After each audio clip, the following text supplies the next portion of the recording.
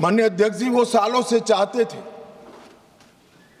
कि इनका दर्द, इनकी वेदना, इनकी परेशानी, नक्सलियों द्वारा किया गया उनको अन्याय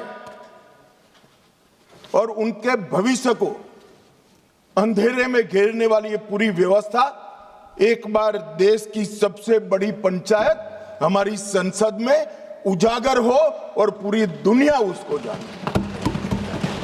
मगर लंबे समय तक इसको मौका नहीं दिया गया और मुझे इस बात का भी बहुत खुशी है कि देश और हम सब के लिए बहुत महत्वपूर्ण एक घटनाक्रम जो 1970 से लेकर 2026 तक चला, उस घटनाक्रम के बारे में आज संसद में चर्चा हो रही है। मान्यवर, थियोरी का जो प्रचार कर रहे थे वो एक गलत प्रकार का नैरेटिव, एक गलत प्रकार का स्वप्न भोले भाले आदिवासियों के सामने रखा था कि हम आपके अधिकार के लिए लड़ रहे हैं, हम आपको न्याय दिलाने के लिए लड़ रहे हैं, हम आप विकास से महरूम रह गए हो इसलिए लड़ रहे हैं। मान्यवर, आज बस्तर से नक्सलवाद लगभग समाप्त हो चुका है। बस्तर के अंदर हर गांव में एक स्कूल बनाने की मुहिम चली। बस्तर के अंदर हर गांव में राशन की दुकान खोलने की मुहिम चली।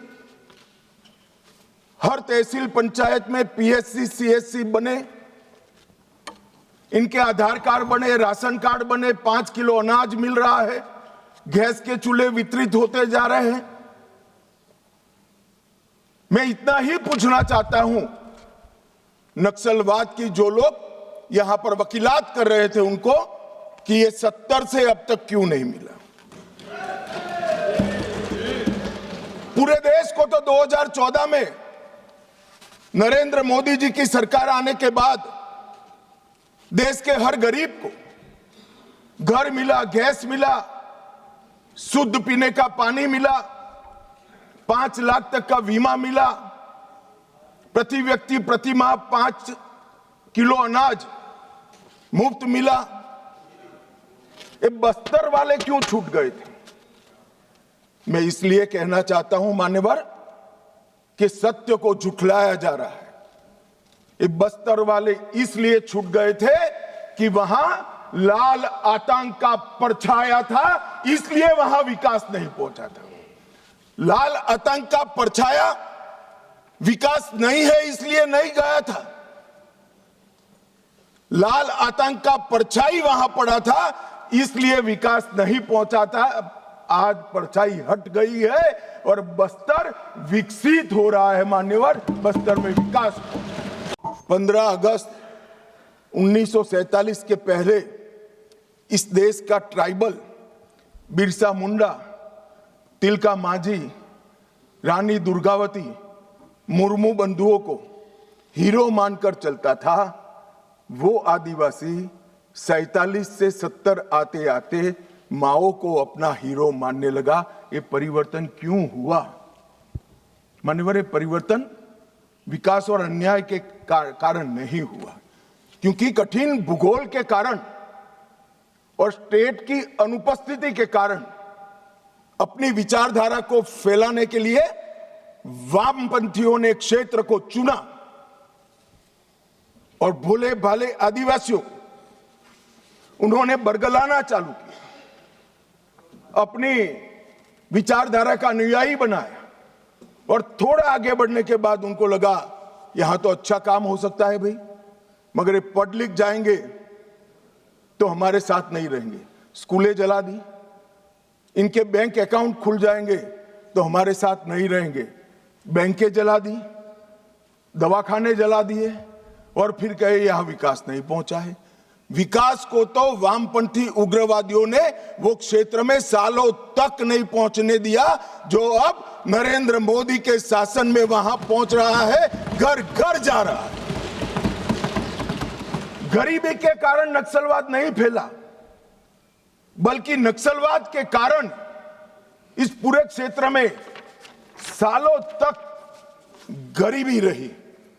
मान्यवर, मैं इसको और अच्छे तरीके से सदन के सामने रखना चाहता हूं। नक्सलवाद की जड़ें गरीबी और विकास से जुड़ी हुई नहीं है मान्यवर, वो वैचारिक है। मैं आज 60s के 4 क्षेत्र पढ़ना चाहता हूं। एक, नक्सलबाड़ी साक्षरता का दर 35% था। बस्तर साक्षरता का दर 23% था। सहरसा बिहार, जो नक्सलवाद से कभी प्रभावित नहीं हुआ, साक्षरता का दर 33% था। और बलिया यूपी का नक्सलवाद से सटा हुआ, सोनभद्र से सटा हुआ जिला, वहां पर भी साक्षरता का दर 31% है। तो चारों स्थानों पर साक्षरता का दर कमोबेश समान था। प्रति व्यक्ति आय नक्सलबाड़ी में 500 रुपया थी, सबसे ज्यादा थी चारों क्षेत्र में। बस्तर में 190 रुपया थी, सहरसा में 299 रुपया थी और बलिया में 374 रुपया थी। तो प्रति व्यक्ति आय भी चारों क्षेत्र में एक समान थी, मगर नक्सलवाड़ी और बस्तर में वामपंथी उग्रवाद पनपा और सहरसा और बलिया में नहीं, क्योंकि सहरसा और बलिया की भूगोल उनके अनुकूल नहीं थी। वहां घने जंगल नहीं थे, नदी नाले, छुपने की पहाड़ियां नहीं थी।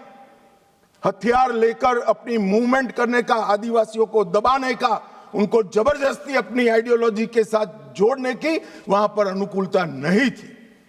अगर विकासी पैमाना होता, अगर प्रति व्यक्ति आय ही पैमाना होता, तो देश के बहुत सारे हिस्से ऐसे थे जहां 70 में विकास नहीं पहुंचा था।